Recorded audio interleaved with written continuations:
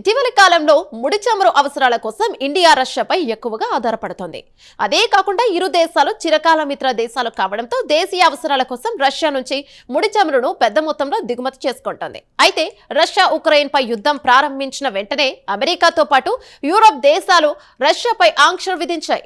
Russia oil ప్రపంచంలోని ఏ దేశం కొనుగోలు చేయరాదని ఆదేశాలు జారీ చేశాయి. అయితే రష్యా ఇండియాకు మిత్రదేశం కాబట్టి ఇండియాకు ముడి చమురును డిస్కౌంట్ కు ఇస్తామని రష్యా ఆఫర్ చేసింది. దీంతో ఇదేదో లాభసాటి వ్యాపారంలో ఉందని భావించి ఇండియా అంగీకరించింది.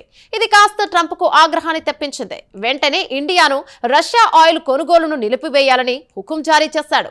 లేదంటే ఇండియా దిగుమతులపై 50% టారిఫ్ విధిస్తానని చెప్పి అన్నంత పని చేశాడు. దీంతో దేశంలో పలు రంగాలు దివాలా తీశాయి. వెంటనే ఇండియా రష్యా నుంచి చమురు దిగుమతులను తగ్గించేస్తుంది. జనవరి నాటికి ఈ దిగుమతులు బాగా తగ్గాయి. మరి ట్రంప్ బెదిరింపులు పనిచేశాయా అన్న అనుమానాలు కలగక మానవు. ప్రత్యేక కథనంలో దీనికి సంబంధించిన మరింత సమాచారం తెలుసుకుందాం.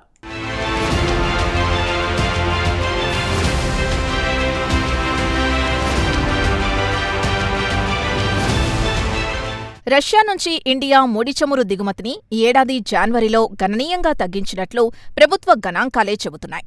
అదీ కాకుండా రష్యా నుంచి దాదాపు 40% దిగుమతుల్ని తగ్గించింది. వాటిలో ముడి చమురు వాటా 80% వరకు ఉంది. ఇక ప్రభుత్వం విడుదల చేసే గణాంకాల్ని పరిగణలోకి తీసుకుంటే ఈ ఏడాది జనవరిలో రష్యా నుంచి దిగుమతులు దాదాపు 40.48% దిగివచ్చాయి. దాదాపు $2.86 బిలియన్ విలువ చేసే వస్తువుల్ని దిగుమతి చేసుకుంది. గతేడాది ఇదే జనవరిలో $4.81 బిలియన్ దిగుమతులు జరిగినట్లు ప్రభుత్వం విడుదల చేసిన వివరాల్ని బట్టి తెలుస్తోంది. అయితే రష్యా నుంచి దిగుమతి చేసుకునే సరుకుల్లో దాదాపు 80% ముడి చమురు కోత కనిపించింది. ఇండియాకు చెందిన రిఫైనరీలు క్రమంగా రష్యా ముడి చమురులో భారీ కోత విధించాయి.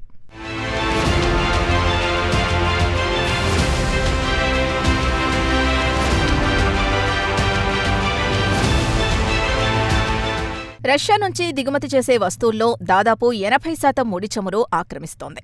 ఇక రష్యా నుంచి ఈ ఏడాది జనవరిలో దిగుమతి చేసుకున్న ముడి చమురు విలువ కేవలం $2.3 బిలియన్ మాత్రమే అని తేలింది.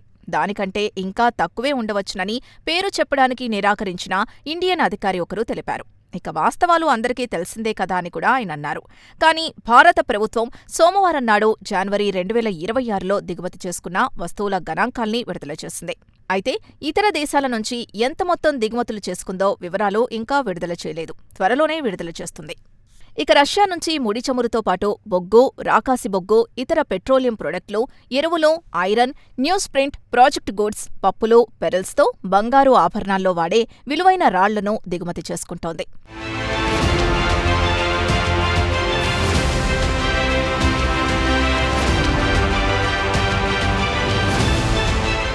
రష్యా నుంచి చమురు దిగుమతి తగ్గడం వెనుక ట్రంప్ ఒత్తిడి పనిచేసిందని చెప్పుకోవాల్సిందే. కొత్త ఆర్థిక సంవత్సరం 2025-26 నుంచి ఇండియా క్రమంగా రష్యా నుంచి దిగుమతులు తగ్గించడం మొదలుపెట్టింది. ఏప్రిల్ 2025లో అత్యధికంగా $4.73 బిలియన్ విలువ చేసే ముడి చమురును దిగుమతి చేసుకుంది. అదే నెలలో అమెరికా లిబరేషన్ టారిఫ్ అంటూ ఒక ప్రకటన చేసింది. అప్పటి నుంచి రష్యా ఆయిల్ కొనుగోలు చేయరాదని అమెరికా ఇండియాపై ఒత్తిడి పెంచసాగింది. అయినా మోదీ సర్కార్ మాత్రం ఆయన మాటను పెడచెవిన పెట్టింది. దీంతో ఇక ఇండియాను దారికి తెచ్చుకోవడానికి గతేడాది ఆగస్టు 27న రష్యా నుంచి ముడి చమురు కొనుగోలు చేసినందుకు 25% జరిమానా విధిస్తున్నట్లు ప్రకటించాడు ట్రంప్. దీంతో ఇండియా నుంచి అమెరికాకు ఎగుమతి చేసే textiles, gems and jewellery, aqua రంగాలపై తీవ్ర ప్రభావం పడింది. ఇండియా నుంచి వెళ్లే ఈ సరుకు ధరలు సుమారు 50% పెరిగిపోయాయి. ఇక అమెరికా మార్కెట్లో బంగ్లాదేశ్, శ్రీలంక, వియత్నాంలతో ఇండియా పోటీ పడలేకపోయింది. దీంతో ఈ 3 రంగాల్లో పనిచేసే లక్షలాది మంది కార్మికులు రోడ్డున పడ్డారు.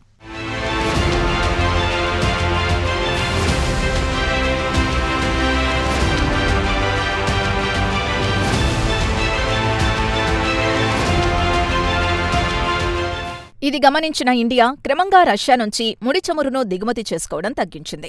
వెంటనే సెప్టెంబర్ నుంచి అమలు చేయడం ప్రారంభించింది. గతేడాది సెప్టెంబర్లో ఏకంగా 30% తగ్గించింది. $3.32 బిలియన్ ముడి చమురును మాత్రమే దిగుమతి చేసుకుంది. అటు తర్వాత ఇండియాకు చెందిన రిఫైనరీలో ఒక ప్రకటనలో రష్యా నుంచి ముడి చమురు దిగుమతిని నిలిపివేస్తున్నట్లు ప్రకటించాయి.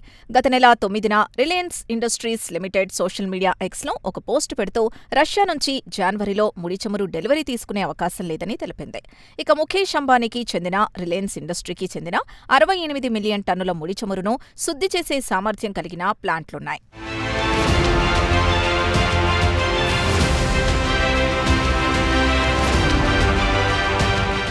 అయితే రాబోయే నెలల్లో రష్యా నుంచి దిగుమతులు మరింత తగ్గే అవకాశాలు కనిపిస్తున్నాయి. రష్యా కంటే తక్కువ ధరకు లభించే వెనిజులా నుంచి ముడి చమురు దిగుమతి చేసుకునే ఆలోచనలో ఉన్నట్లు ప్రభుత్వ వర్గాలు తెలిపాయి. ఇక ప్రస్తుతం వెనిజులా పరిస్థితి అందరికీ తెలిసిందే. వెనిజులా ప్రెసిడెంట్ నికోలస్ మదురోను అరెస్టు చేసి న్యూయార్క్కు తరలించింది ట్రంప్ అడ్మినిస్ట్రేషన్. ఇక వెనిజులాలోని ఆయిల్ అంతా తమదే అని ప్రకటించుకున్నాడు ట్రంప్.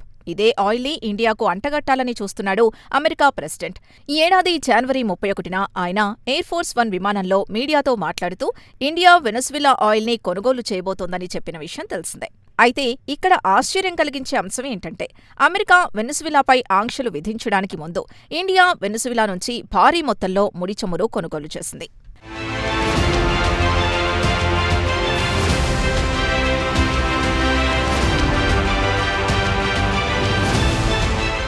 అయితే ఈ నెల 6న ట్రంప్ అడ్మినిస్ట్రేషన్ ఇండియా నుంచి దిగుమతి చేసుకునే వస్తువులపై విధించిన 25% జరిమానాను ఉపసంహరించుకుంది.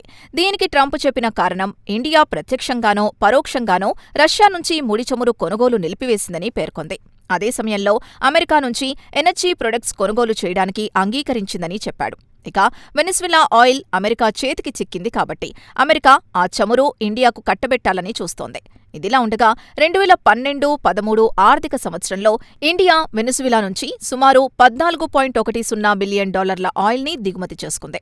అటు తర్వాత భౌగోళిక రాజకీయ కారణాల వల్ల అక్కడి నుంచి క్రమంగా ఆయిల్ దిగుమతిని తగ్గించుకుంది. 2021-22 నాటికి వెనిజులా నుంచి పూర్తిగా ఆయిల్ దిగుమతిని నిలిపివేసింది. అదే సమయంలో రష్యా నుంచి క్రమంగా ముడి చమురు దిగుమతిని పెంచుకుంది. 2011-12లో జీరో ఉన్న దిగుమతులు 2022-23 నాటికి చూస్తే ఏకంగా $31 బిలియన్ ఎగబాకింది. అటు తర్వాత 2023-24 నాటికి ఇది కాస్త $46.49 బిలియన్ చేరింది. ఇది చివరగా 2024-25 నాటికి అత్యధికంగా $50.28 బిలియన్ చేరుకుంది.